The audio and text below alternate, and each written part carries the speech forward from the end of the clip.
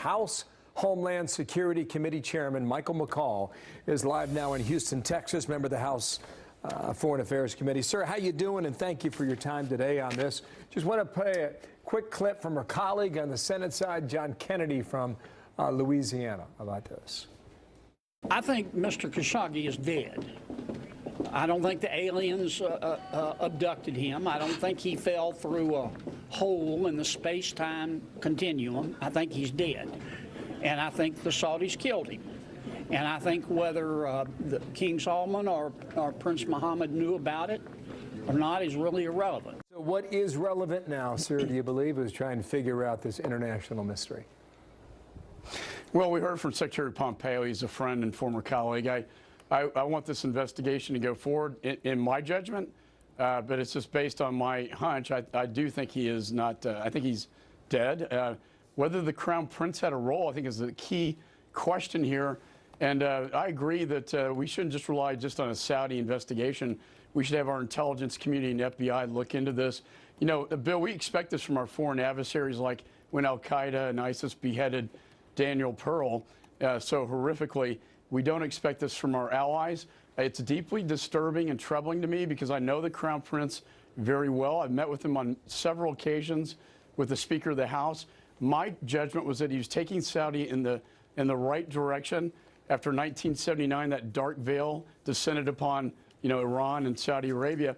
He wanted to move his country out of that darkness and allowed women to drive for the first time, taking it in the right direction.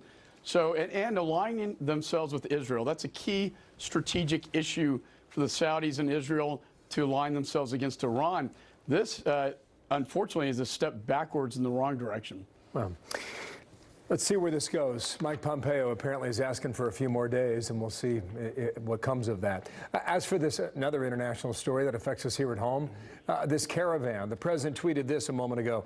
I'm watching the Democratic Party led because they want open borders and existing weak laws, assault on our country by Guatemala, Honduras, and El Salvador, whose leaders are doing little to stop this large flow of people, including many criminals, from entering Mexico to the United States. What gives on this caravan 19 days away from an election where a lot of these border states, they have immigration on their minds?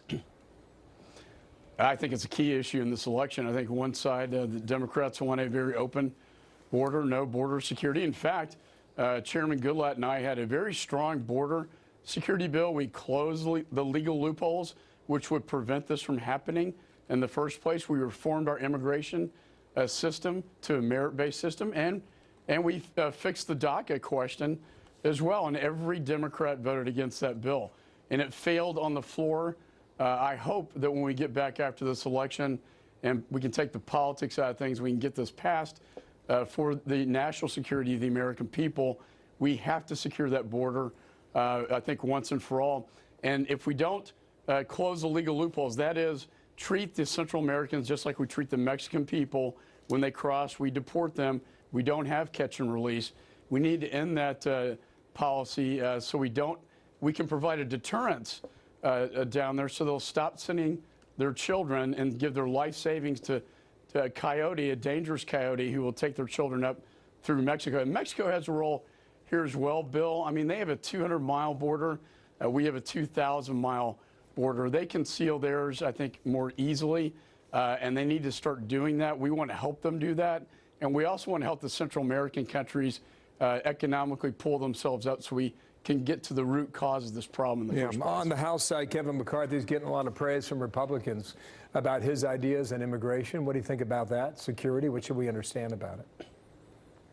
I was with Kevin last week. We were, touring, helping out to protect the House majority. I think that Kevin's bill has my border security bill in it. It has $24 billion to build the wall, provide the technology necessary, and the boots on the ground, air, land, and sea, aviation assets as well, to get this thing done.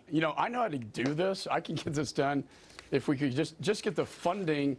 I can work with the department to get this accomplished, and Kevin's bill would go a long ways to get that done as well. We'll see whether or not you can be successful in the next Congress. Thank you, sir. Mike McCaul in Houston, Texas today. We'll speak again. Thanks.